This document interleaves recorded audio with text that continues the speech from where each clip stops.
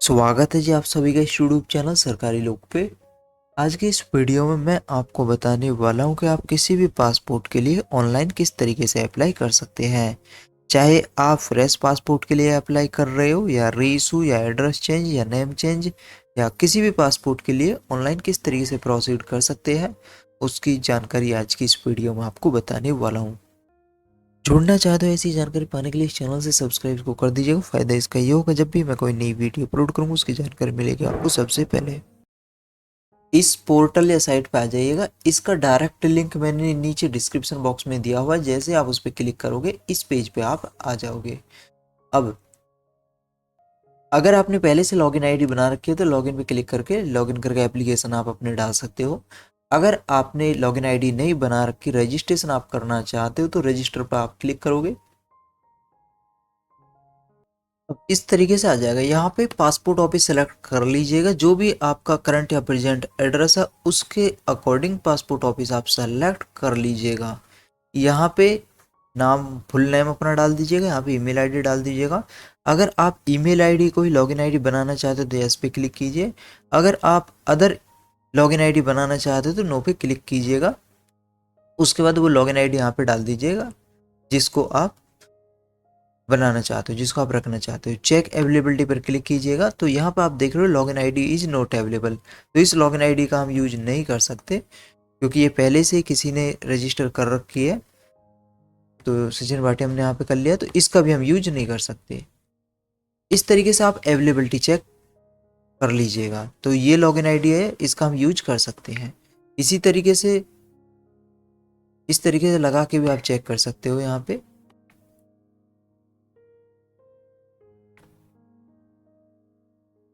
जैसे ही वो अवेलेबल हो जाए तो उसका आप यूज कर सकते हैं।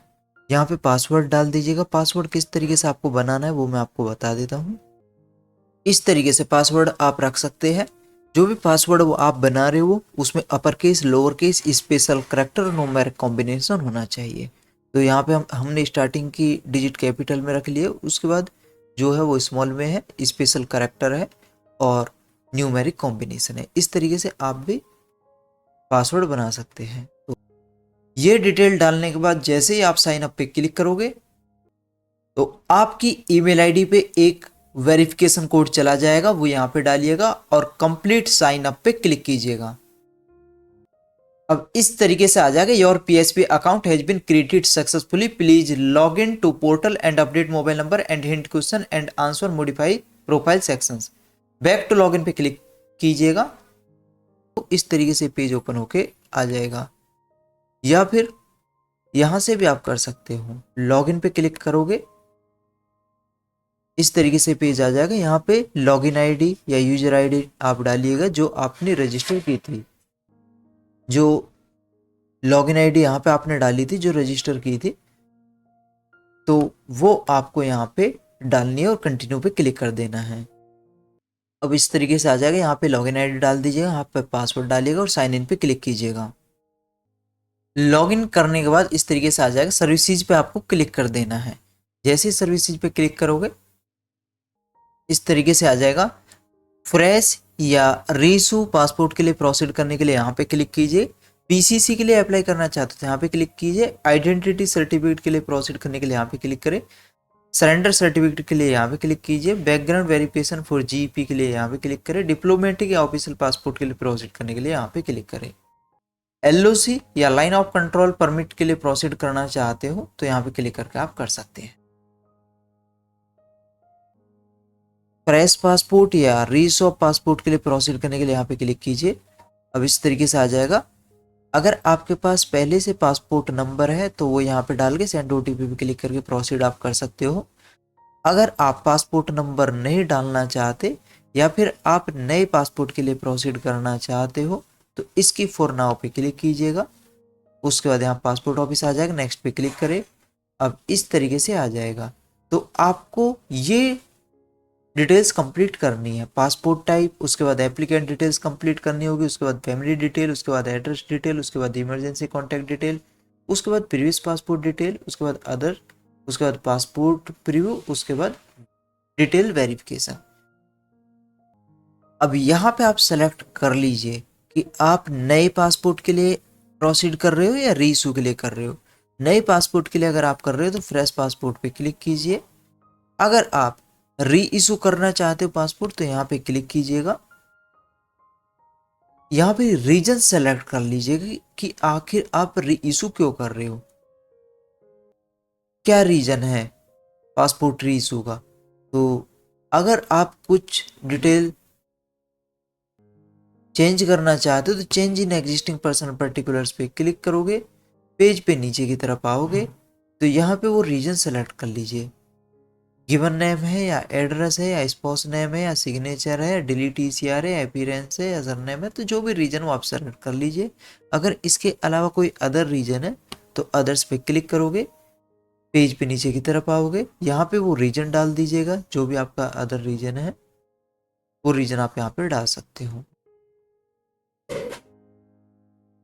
बाकी अगर एग्जॉस्शन ऑफ पेजेस हो गया तो यहाँ पे क्लिक कीजिएगा।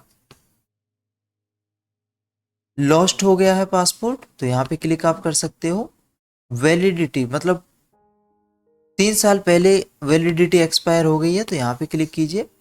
3 साल के अंदर अगर वैलिडिटी एक्सपायर हुई है तो यहाँ पे क्लिक कीजिए। तो जो भी आपका रीजन है वो यहाँ पे क्लिक करके आप प्रोसीड कर सकते हैं। तो जैसे मैं फ्रेश पासपोर्ट के लिए प्रोसीड करना चाहता हूँ तो फ्रेश पासपोर्ट पे क्लिक करेंगे।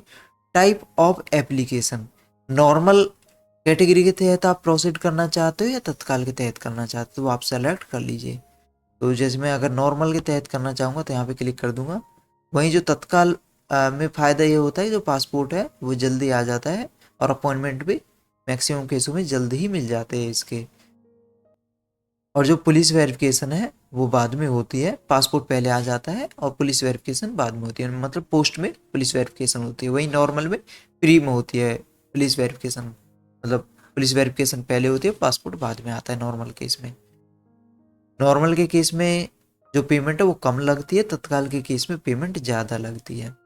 तो अभी हमारा नॉर्मल से ही काम चल जाएगा, तो नॉर्मल पे हमने यहाँ पे क्लिक कर दिया है। Type of passport booklet, 36 page की आपको पासपोर्ट बुक चाहिए या 60 पेज की जंबो बुक चाहिए। 60 पेज की जो बुक होती है उसका 500 रुपये एक्स्ट्रा चार्ज आता है। अगर 36 पेज की बुक से आपका काम चल जाएगा 36 पेजेस पे क्लिक करके सेव एंड नेक्स्ट पे क्लिक करोगे। अब इस तरीके से आ जाएगा। यहाँ पे गिवन नेम आप डाल दीजिएगा, यहाँ पे सरनेम डाल दीजिए। जैसे अगर आपका नाम है मोहन सिंह गुर्जर तो मोहन स्पेस सिंह यहाँ पे आ जाएगा, गुर्जर यहाँ पे आ जाएगा। अगर मोहन गुर्जर नाम है तो मोहन यहाँ पे आ जाएगा, गुर्जर यहाँ पे आ जाएगा। सिंपल अगर मोहन नाम है तो मोहन यहाँ पे आ जाएगा। तो जो भी आप डिटेल डाल रहे हो वो एज पर डॉक्यूमेंट डिटेल आप डालिएगा। यहाँ पे जेंडर सेलेक्ट कर लीजिएगा, जेंडर क्या है आपको वो यहाँ पे सेलेक्ट कर लीजिएगा। यहाँ पे अगर आप किसी और नाम से भी जाने जाते हो तो यस पे क्लिक करके वो नाम यहाँ पे आप डाल सकते हो। अगर किसी और नाम से नहीं जाने जाते तो नो पे क्लिक करें।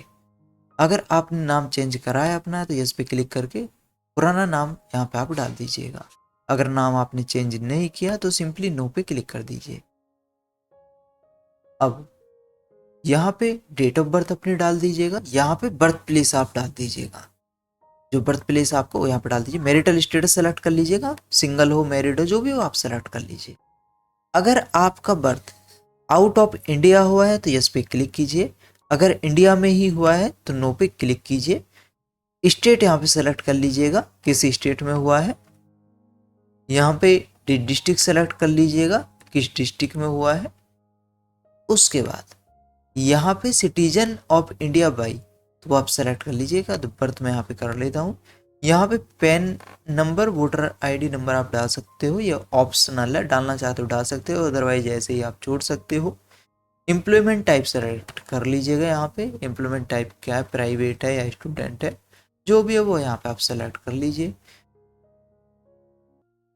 अब अगर माइनर के केस में पेरेंट गवर्नमेंट सर्वेंट है तो यस पे क्लिक कीजिए, या फिर स्पाउस गवर्नमेंट सर्वेंट है तो यस पे क्लिक कीजिए। अगर नहीं है तो सिंपली नो पे क्लिक कर दीजिए। एजुकेशनल क्वालिफिकेशन सेलेक्ट कर लीजिएगा कि 10th पास है या जो भी है वो आप सेलेक्ट कर लीजिएगा। तो ये नॉन ईसीआर यस हो गया है, नॉन इमिग्रेशन चेक रिक्वायर्ड वाला। तो इसके लिए क्लिक हियर पे क्लिक करोगे तो यहाँ पे डॉक्यूमेंट भी दिख जाएगा नॉन ईसीआर के लिए क्या क्या रिक्वायरमेंट है। यहाँ पे भी आप क्लिक कर सकते हैं, डॉक्यूमेंट्स आप देख सकते हो कि नॉन ईसीआर के लिए क्या क्या एक्सेप्टेबल है। अगर एज 50 से अबोव है तो एज के अकॉर्डिंग वो यस हो जाएगा ऑटोमेटिक, यहाँ पे एज का भी दिया होगा। ठीक है जी।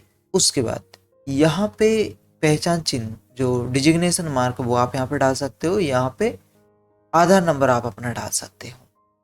आधार नंबर अगर आप डाल रहे हो तो यस पे क्लिक करके सेव एंड नेक्स्ट पे क्लिक करके प्रोसीड आप कर सकते हो। अगर आप आधार नंबर नहीं डाल रहे तो सिंपली नो पे क्लिक करके सेव एंड नेक्स्ट पे क्लिक करके आप प्रोसीड कर सकते हो। अब इस तरीके से आ जाएगा। यहाँ पे फादर नेम डाल दीजिएगा, यहाँ पे मदर नेम डाल दीजिएगा, सरनेम यहाँ पे आप डाल सकते हो और सेव एंड नेक्स्ट पे क्लिक कीजिएगा। अब इस तरीके से आ जाएगा। यहाँ पे जो आपका करंट या प्रेजेंट एड्रेस है उसकी डिटेल डाल दीजिएगा।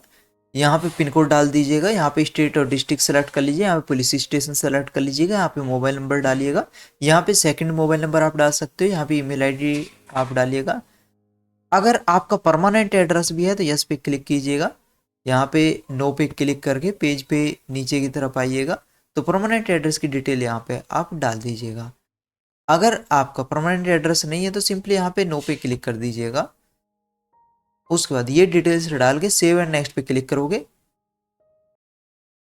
अब इस तरीके से आ जाएगा। यहाँ पे इमरजेंसी कॉन्टैक्ट डिटेल डाल दीजिएगा, नेम एड्रेस डालिएगा। इसमें आप फैमिली मेंबर्स का नाम और एड्रेस भी डाल सकते हो या रिलेटिव का डाल सकते हो या फ्रेंड का भी आप डाल सकते हो। उसके बाद उनका मोबाइल नंबर यहाँ पे डालिएगा, सेव एंड नेक्स्ट पे क्लिक कीजिएगा। अब इस तरीके से आ जाएगा। हमने अपने अकॉर्डिंग नो पे क्लिक कर लिया है। सेव एंड नेक्स्ट पे क्लिक कर देते हैं। इसी तरीके से यहाँ पे भी हमने नो पे क्लिक कर लिया है। इस पेज पे नीचे की तरफ आ जाते हैं, सेव एंड नेक्स्ट पे क्लिक कर देते हैं। अब इस तरीके से आ जाएगा। इस बॉक्स पे क्लिक कर देंगे और सेव एंड नेक्स्ट पे क्लिक करेंगे। अब इस तरीके से आ जाएगा। यहाँ पे प्रूफ सेलेक्ट कर लीजिएगा, बर्थ प्रूफ सेलेक्ट यहाँ पे आप कर लीजिएगा। यहाँ पे जो करंट या प्रेजेंट एड्रेस है उसके अकॉर्डिंग आप यहाँ पे प्रूफ सेलेक्ट कर लीजिएगा। अब ये जो बॉक्स है यहाँ पे क्लिक कीजिएगा और सेव पे क्लिक कर दीजिए। अब इस तरीके से आ जाएगा। ओके पे क्लिक कर दीजिए। उसके बाद प्रीव्यू पे आप क्लिक करोगे तो एप्लीकेशन आपकी ओपन होके आ जाएगी। सभी डिटेल्स उसमें चेक कर लीजिएगा। अगर सब कुछ डिटेल सही है तो सबमिट पे क्लिक करके प्रोसीड करके पेमेंट और अपॉइंटमेंट आप कर सकते हो। अगर कुछ डिटेल आपसे गलत डल गई है तो होम पे आप क्लिक करोगे, एप्लीकेशन आपकी दिख जाएगी। रिट्रीव एप्लीकेशन पे क्लिक करके प्रोसीड करके करेक्शन करके आप इस पेज पे आके सेव करके प्रूव पे क्लिक करके आप चेक कर सकते हो। अगर सब कुछ सही होगा तो सबमिट पे क्लिक करके आप सबमिट कर सकते हो और उसके बाद प्रोसीड करके अपॉइंटमेंट, पेमेंट और अपॉइंटमेंट आप कर सकते हैं। जिस डेट का आपको अपॉइंटमेंट मिलेगा उस डेट में प्रॉपर डॉक्यूमेंट के साथ पासपोर्ट ऑफिस जाके वेरीफाई आपको करा देने हैं। उसके बाद एक फाइल नंबर जनरेट हो जाएगा तो उसके थ्रू आप ऑनलाइन स्टेटस चेक कर सकते हो कि आपकी पासपोर्ट एप्लीकेशन का क्या स्टेटस चल रहा है। यहाँ पे ट्रैक पासपोर्ट एप्लीकेशन पे क्लिक करोगे। उसके बाद यहाँ पे एप्लीकेशन सेलेक्ट कर लीजिएगा। यहाँ पे फाइल नंबर डालिएगा। यहाँ पे डेट ऑफ बर्थ डाल के ट्रैक एप्लीकेशन स्टेटस पे स्टेटस आप चेक कर सकते हो कि आपकी पासपोर्ट एप्लीकेशन का क्या स्टेटस चल रहा है। सारा प्रोसेस अगर सक्सेसफुली कंप्लीट हो जाता है तो कुछ ही दिनों में पासपोर्ट आपके एड्रेस पे आ जाएगा। किस पासपोर्ट एप्लीकेशन के लिए क्या क्या डॉक्यूमेंट चाहिए तो यहाँ पे भी दिया हुआ है। सर्विसेज पे क्लिक करके डॉक्यूमेंट एडवाइजरी पे क्लिक करके यहाँ से आप चेकआउट कर सकते हैं। बाकी डिटेल्ड में इंफॉर्मेशन आपको चाहिए तो यहाँ पे भी हमने वीडियो अपलोड कर रखी है, वो भी आप देख सकते हो। पासपोर्ट यहाँ पे डालोगे तो जो भी पासपोर्ट एप्लीकेशन चाहे फ्रेश हो, रीइशू हो, एड्रेस चेंज हो, नेम चेंज या अदर जो भी पासपोर्ट एप्लीकेशन है उन सभी की इंफॉर्मेशन हमने यहाँ पे अपलोड कर रखी है, वो आप यहाँ पे देख सकते हो। अलग अलग स्टेटस का क्या मतलब होता है वो भी वीडियो अपलोड कर रखी है, वो आप यहाँ पे देख सकते हो। सोशल साइट पे जुड़ना चाहते हो तो यहाँ पे क्लिक करोगे, पेज पे नीचे की तरफ आओगे, सोशल साइट पे लिंक दिए हुए हैं, सोशल साइट पे आप जुड़ सकते हो। कोई डाउट आपका कुछ पूछना चाहते हो तो नीचे कमेंट बॉक्स में कमेंट कर सकते हैं। ऐसी वीडियो पाने के लिए जुड़ना चाहते हो इस चैनल से सब्सक्राइब कर दीजिए। फायदे इसका ये होगा जब भी मैं कोई नई वीडियो अपलोड करूँगा उसकी जानकारी मिलेगी आपको सबसे पहले। आज के लिए बस इतना ही, मिलता है आपसे अगली वीडियो में नई जानकारी के साथ। तब तक के लिए बाय, टेक केयर।